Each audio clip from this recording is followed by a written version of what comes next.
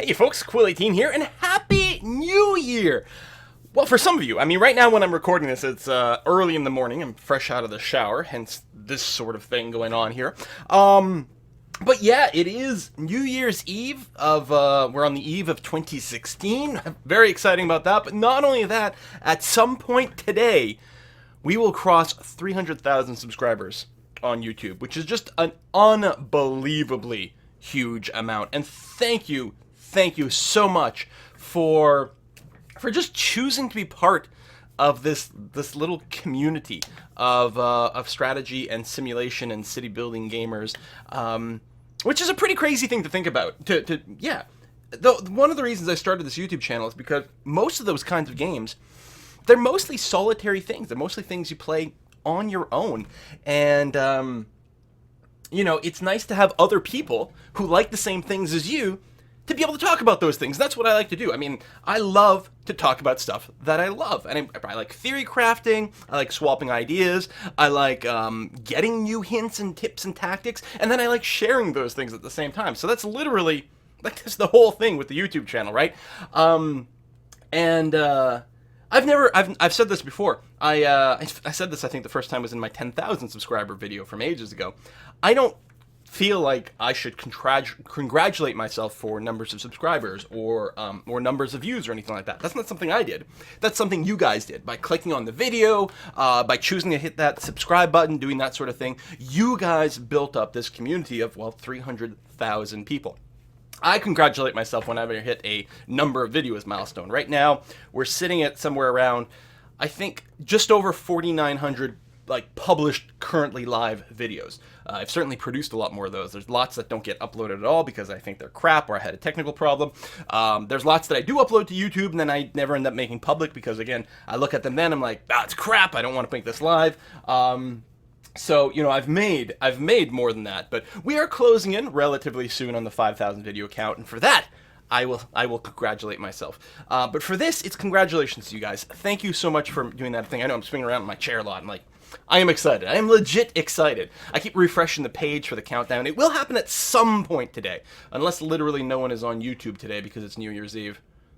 That might screw with the metrics, but I think it's pretty much guaranteed to come in here. And by the time you guys are watching this, we'll have hit 300,000. So hopefully it's still on the 31st in some places. For Australia right now, it's already the 1st of January. So, hey, how's 2016? Hopefully everything is still good.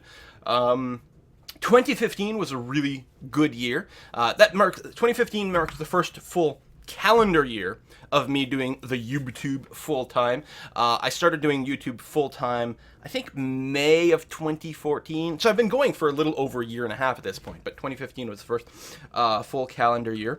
And every year I seem to introduce something a little bit different. I think 2014 was the first year in which I introduced regular live streams. That's where the Saturday live stream was born, was in 2014. And I think with the start of 2015 is when we introduced basically the Wednesday live stream. I'd wanted to go up to 2 live streams a week, and so added that Wednesday one where I mostly just play Civ. The Saturday one is longer, and it's, whatever the heck I feel like playing that day, which seems to work out relatively well.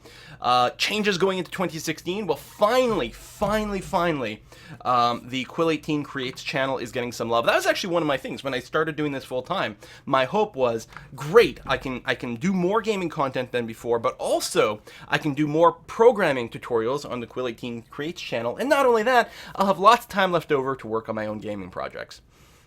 None of that worked out. First of all, it turns out that, videos do still take a heck of a long time to put out, and because the Quill18 Gaming channel is the big one, the one that more people are interested in, and certainly the one that helps keep the lights on over here, I certainly feel that, it's the channel that needs to get more attention, and it was hard to justify taking time away from the gaming channel to do more programming stuff. And so that's why finally, after tons and tons of delays and, not being willing to do it, and people, encouraged me to do it. I'm like, I don't know. I finally set up the Patreon for the programming channel. Huge amounts of support for that. So thank you for that, you guys. And it means that we're going to be able to borrow a little bit of time from the gaming channel to make more programming tutorials. We've already got 11 of them published, actually 12 with the post-mortem, and I've got another video already recorded. So, I mean, it's 2 videos a week. that is great, and we are also going to do 2 live streams a month on the programming channel, so really excited about that. For December, the Let 'em Dare mega stream took care of those 2 live streams, but in January there's going to be 2 sort of proper streams. Been talking with people, trying to figure out what the best times are for things. I think what I'm going to do is I'm going to, because most people can do the live streams or attend the live streams most conveniently on Saturday, I think what I'm going to do is I'm going to borrow a slice of time from the current Saturday live stream for programming. Maybe start with an hour of programming, then go into game playing, something like that. Still trying to figure out the details, but I think that will end up being the most accessible for everyone. And again, the idea is that with the whole funding was to take a little bit of time away from the gaming and move it into programming, which is hopefully what we're going to do. But yeah, 2016, not only that, it'll be an amazing year because we've got freaking XCOM 2 coming out in February, right? I think that's right. I think like February 7th or something like that. XCOM 2 comes out. I will be playing that. In fact, well, I don't know. Obviously I couldn't say anything about it, but it's entirely possible there might be some XCOM content before that date. I don't know. Maybe. Stay tuned. But not only that, from Paradox, we've got Hearts of Iron 4 and Stellaris, most likely coming out this year. I have zero information about release dates for that. I will find out probably the same time you guys find out. It'll probably be the same press release. Every indication is that Hearts of Iron 4 is likely to come out quite early in 2016. I personally would be surprised if it wasn't already in our hands by somewhere around March, if not sooner than that. But again, I have no info. I'm just basing this on the fact that they're starting to do some of their live streams showing us the game content. The game doesn't seem to have any sort of placeholder content left over. And they are Paradox is doing a bunch of internal sort of multiplayer stuff, which is usually a sign that they're about ready with a product. But I'm happy that they're not rushing it. I'm happy that they did the right decision and pushed back Hearts of Iron 4. I think we're going to end up with a much better, much stronger product that way. So really pumped about that. With Stellaris, we don't have a release date. I suspect, just guessing, that Stellaris, their new space-based grand strategy game, will probably be after Hearts of Iron 4, maybe spaced out by a couple of months. I'm basing this on the fact that I don't think we've gotten any video gameplay from that. We're getting screenshots and things. I do know that as of 2015, Paradox did want to do the thing. I haven't seen Paradox, right? Not Polaris? I don't know. I see Stellaris. Polaris, and Paradox. I do know that they wanted to avoid announcing things too early. In particular, the fact that they announced Hearts of Iron 4 and then pushed it back, and also that they had a couple of canceled titles. They canceled some titles after they announced it. I think that they're sort of shy now about announcing things too early. So I think that with Stellaris, they by the time they announced it, they were feeling pretty confident that A, it was going to happen, and B, it wasn't going to be too far away.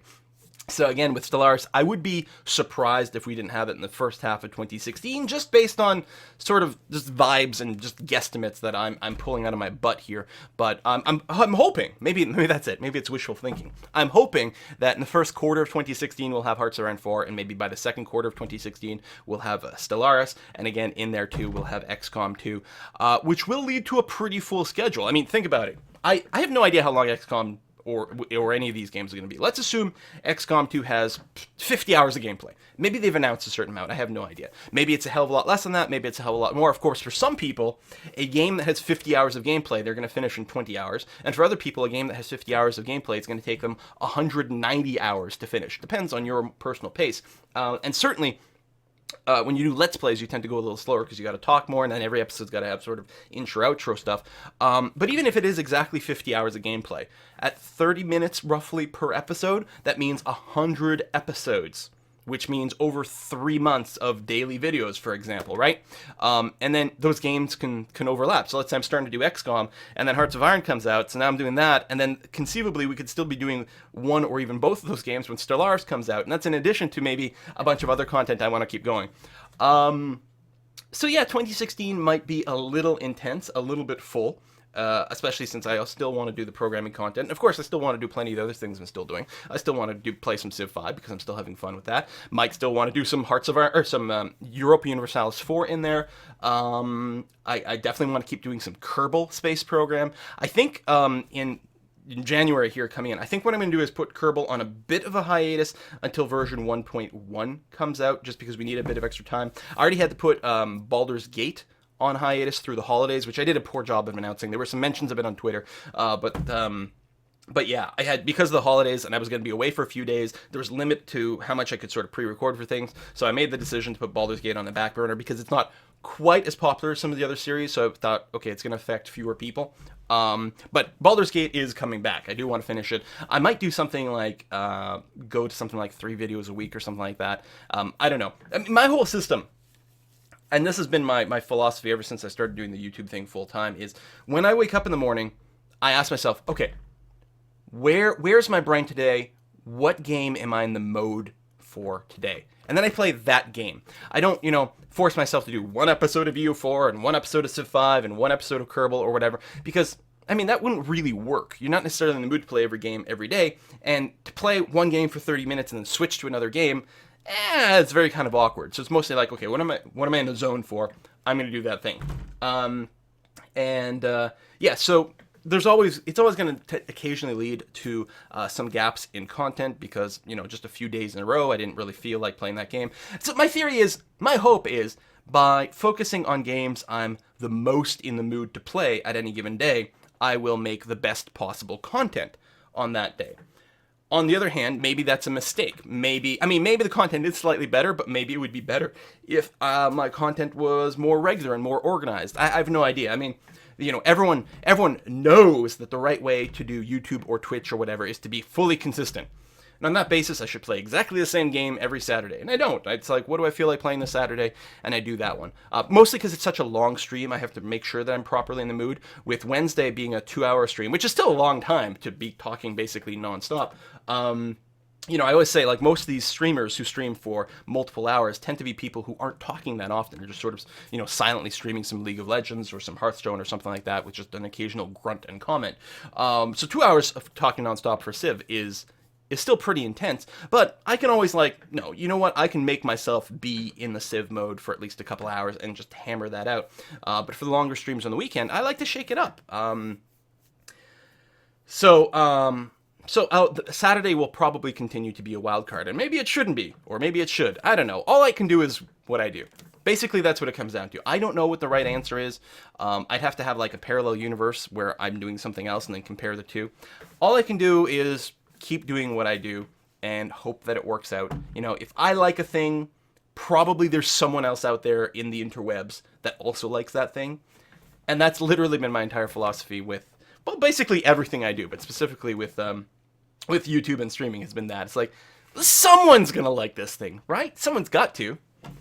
Yeah, so there we go. Anyway, 300,000. That's a lot of people. 2015 was a cool year. Did some fun traveling. Did go to England for the Hearts of Iron 4 multiplayer event. That was like,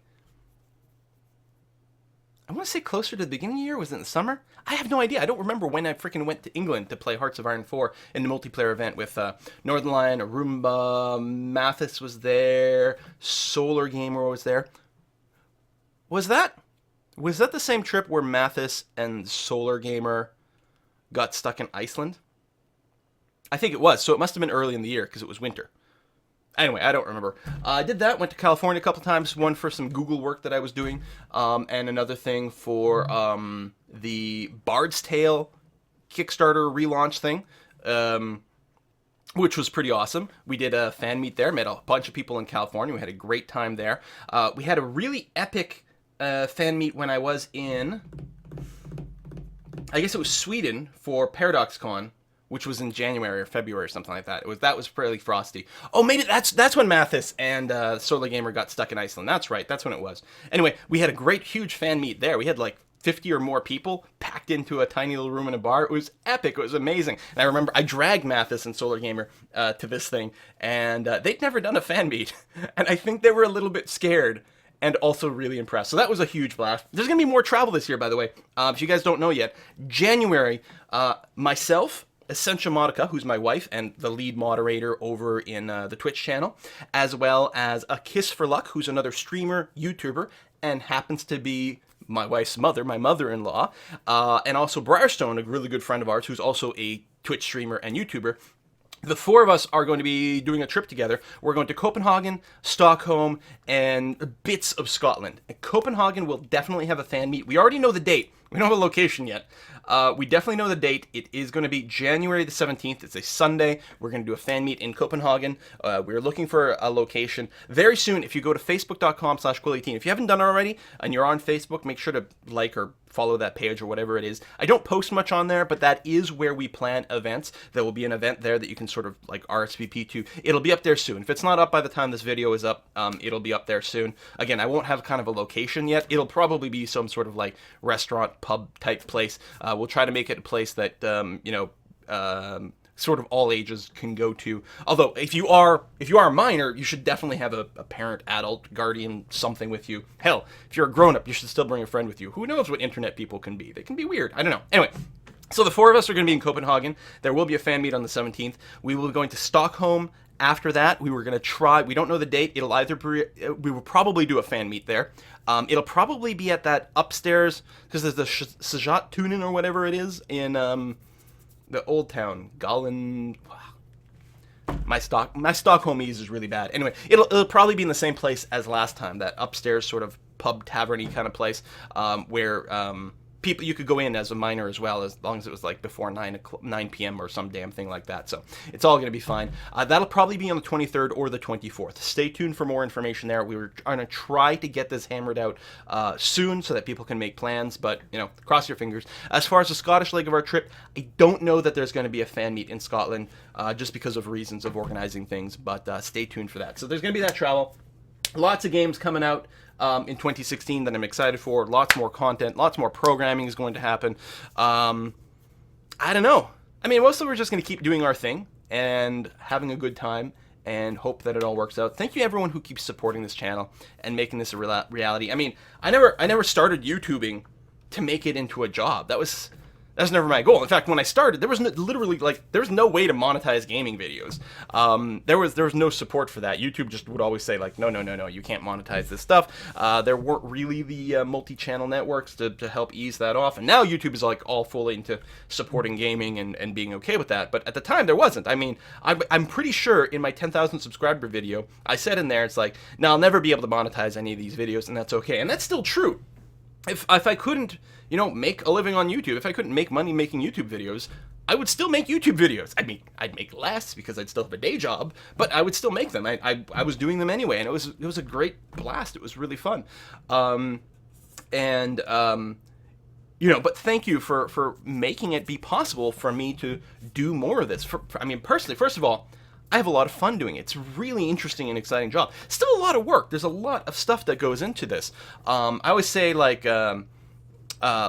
depending on what kind of video it is, a single video probably represents at least a couple of hours of work all together, right? Sort of prep time, post time, getting things edited, getting things online, responding to comments, making sure this and that and this or whatever works, and sort of over the lifetime of the video is I feel it's got like that sort of aggregate amount of time. And so that means, if I'm putting up 3 or 4 videos a day, there's like a full day's work. And especially with the programming stuff, it's pretty intense. But it's really enjoyable work, obviously. And like, if you follow me on Twitter, whenever I have to travel, I'm always like, oh, airplanes suck. I got crying babies behind me, bro, overnight flight, blah, blah, blah. It's terrible. And it is hard. It is, tough. It is tiring. But it's awesome. I mean, I still do the traveling. I'm not going to say no. I will travel anywhere that a company, wants to send me. I will go there. I will go and play your game in wherever the heck you want me to play your game. That's fine. I might, complaining about travel is sort of, it's a ritual. It's a human right. But I'm still going to go. And that's the same thing with this. And, I've tried very hard over the last year and a half to diversify things as much as possible because, you never know when things might change on YouTube. All of a sudden, YouTube goes out of business or stops being able to monetize this or that or whatever. They change their policies. All sorts of things could change all the time. And in fact, one of the things is the revenue on YouTube, even though my channel has doubled over the last year and a bit, because in August of 2014 I had just over 140,000 subscribers. Call it 150,000. So basically in the last year and a half, my channel has doubled in size, and yet you wouldn't necessarily realize that based on other things. I don't, can't. There's a lot of things I can't talk about. There's a lot of things I don't like talking about. But as a result, diversification has been really good for that. Having the Twitch stuff, some people who subscribe there, that is such an amazing just comfort and safety net. And the people who send in tips and donations, the people who have supported the Patreon campaign, it makes such a massive difference in keeping things stable and steady and safe and all these things.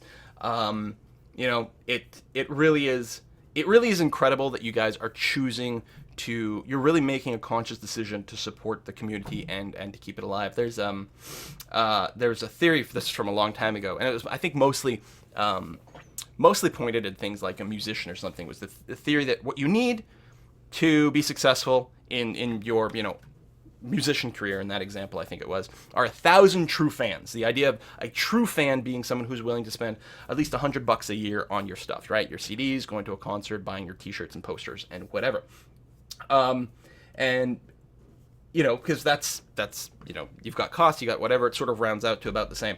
And in the internet era, it's not exactly the same thing. It's almost like what you need is, I don't know, 100,000 true fans that are willing to spend $1 a piece or some down thing like that to keep it going. Because you got to remember, like, when you factor in, there's no pension plan being a YouTuber. There's no medical plan being a YouTuber. There's no life insurance. There's no health insurance. I don't think I ever would have done this if I were living in the States. When I see an American YouTuber do the YouTube thing full time, I'm like, are you crazy? It's a little easier now, I guess, with Obamacare maybe, but I was like, holy crap, what a massive risk. And we've certainly heard lots of stories of American YouTubers who have run into trouble with health or whatever, with their spouse, their kids, themselves, and really kind of gotten kind of boned and being in a bad place. And so, thank goodness that I know that if myself or my wife, we get sick, we're not going to go bankrupt. So that helps, but there's still a lot of other things that you don't think about when you've got a job. It's really weird. Even just like taking a vacation. I sort of don't have paid vacation days, although in a way all my days are paid vacation. It's really weird just because you don't go in and like work for your 8 hours of the day and know that you're going to get paid. Sometimes you put up you work all day on videos. Sometimes the videos are shit and you don't put them online. And then you've just lost an entire day. Sometimes you put them online, no one watches them. And every now and again you get really lucky. Like, you can't predict it. I put up that Fallout 4 tip video that exploded and went huge. I've made other sort of tip videos like that. I like to watch those kind of videos. They're useful sort of compilations of advice. And for some reason the Fallout one went Super Saiyan. It's got over 2 million views. Just the same thing like in 2014 when I decided to cover Banished. That was one of the things that really exploded the channel in 2014. I couldn't have predicted that. It was a tiny little indie, village building game. But I think it flew under the radar for a lot of YouTubers. And so there wasn't a whole lot of Banished content out there. And it piqued the interest of a lot of actual gamers. And they really had no one else to watch. So I think, but you can't predict that. There's tons of stuff I put out and I'm like, this is going to be huge. And then it's not. So we'll see. We're going to see if Aurora 4X, which is probably going to go live today or tomorrow, we're going to see if that's huge or not. The so-called Dwarf Fortress of Space.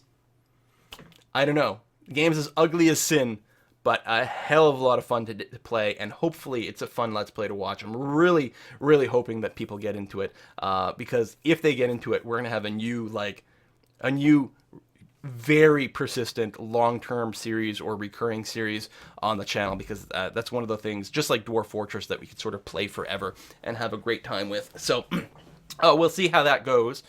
And yeah, we'll all just keep doing what we're doing and hope it keeps working. And, if all goes well, then literally a year from now, I'll be making my end of 2016 video.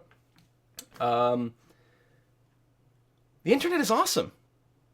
Like, who would have thought 10 years ago that this is the sort of thing that could be a thing? I don't know. It's cool. I like that we're making the world smaller, basically. The distance between our countries and our continents is almost meaningless. The amount of time I spend online talking to people from Europe or Australia, playing games together, is amazing. Like, I talk to people outside of Canada more than I talk to my neighbors. I've literally never had a conversation with my neighbors. And I live in, like, not I'm not like in a big city. I'm not in a weird, imposing apartment buildings. I live in a house, and my neighbors in a house. We have a yard next to each other. Literally never talk to them, but I'll talk to people on the internet all the time, which is cool, And then we're doing this travel. The reason I'm able to do this travel in January, or the four of us are able to do this travel in January, is because of people we met on the internet who are like, hey, why don't you come visit us? We've got, an extra apartment for you that you can stay in. I'm like, really? That's really cool. Because otherwise, I probably wouldn't do that. I mean, how many Canadians end up going to Denmark and Sweden and, or even like the UK? Most Canadians go to Florida or somewhere in the Caribbean or something like that because they're mostly trying to escape the cold, right? And they're not really meeting people there. They're just going to a resort, right? And they're being catered to and all their food in like a nice little safe environment. F that. I like going to places and falling in love with these cities and going to places that a lot of people wouldn't think of as a destination and just really, really, really falling in love with these places. I'm really happy to be going to Stockholm as part of this. It's not entirely a vacation. There's some amount of work, but I've been to Stockholm twice now. I think twice. And I really haven't seen anything because I go there for work, right? We're going there for the Paradox Con or whatever. So, I land and I get picked up when one of the Paradox people are there, and they greet whoever who's coming out of the plane together. We all pile into a car or a bus or something. We get driven to the hotel. And then it's 2 days of sitting in little rooms, being told about a game, maybe playing a little bit of a game, having dinner together, which is awesome. Don't get me wrong. You get to like sit down at a table with like, I don't know, Johan and Hendrik and talk about a game, or not talk about a game, talk about random European history or whatever. It is epic. But then, then you get bundled into a car, you get sent back to the airport, and you go home. And you don't really get to see much. Last time, lucky, it was very nice. The Paradox people had planned an extra sort of half day at the end of PDXCon for us to, we got to see the Vasa. It was very quick. We were there for 30 minutes, and that was it. And then a very sort of quick whirlwind tour of some bits of the Stockholm Army Museum, which was cool. So I got just a little bit of a taste of Stockholm, but it's going to be really nice to visit it as sort of a tourist and visiting more museums and just, hanging out. And especially, going there with my wife and our friends and just being able to get a proper taste of the city and enjoy it. And Copenhagen, I've literally never been in. I may have technically transferred through the Copenhagen airport at some point. I don't remember. So maybe technically I've set foot on Denmark soil, on Danish soil, but no, airport transfers don't count.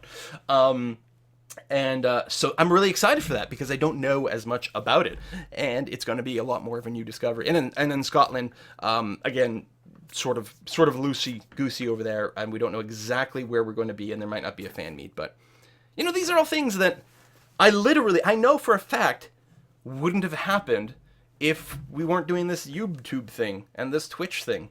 And I don't know. Still have a hard time explaining what I do to people, right? My family at this point kind of gets it. They better. I've been doing YouTube since 2006.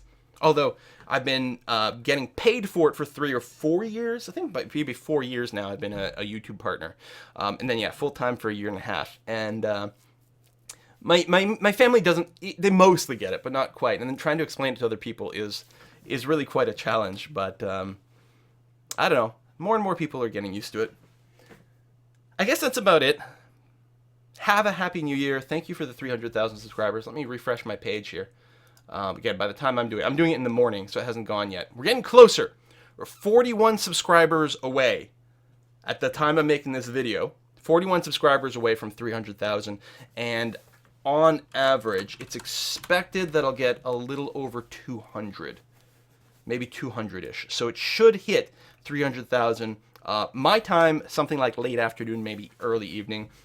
We'll see. Again, unless everyone is busy partying for New Year's Eve, and maybe not subscribing, but we'll see how it goes. If you're brand new to the channel, hey, welcome! Welcome. I don't usually do vlogs like this. This is sort of an oddity, but you know, it's special. Again, maybe once a year we do the state of the channel address, and it's nice to sort of celebrate these milestones. I realize this is not a crazy, wacky 300K subscriber video kind of thing, but I don't know. Thanks. Oh, the other thing I want to thank is thank you everyone who emails me. And, you know, first of all, who just talks to me in general. It's really nice to connect with people. But I get lots of really wonderful emails from people about the channel and what it's meant to them, and you know, the impact of this sort of stuff. It's a silly little, you know, gaming channel, and then a lot of people have emailed me to say that it's made a real impact and influence on their life. And thank you so much for that. You know, that really, really, really feels quite good. And thank you everyone who over the holidays sent me some Christmas cards or some chocolate. Looking at you, Finland and Denmark. Really good stuff. And do I still have some down here? Yeah. Danish chocolate. Boom. So thank you for that. I mean, it's just too awesome for words. I literally have I've been trying for the last 31 minutes here to find the words to describe how amazing it is, and there aren't. But I only hope that I can do right by you guys and keep making stuff that you enjoy. Again, I don't really know how to do that all the time, but all I can do is just keep doing what I'm doing and hope it works out. Happy New Year, everyone. See you next time.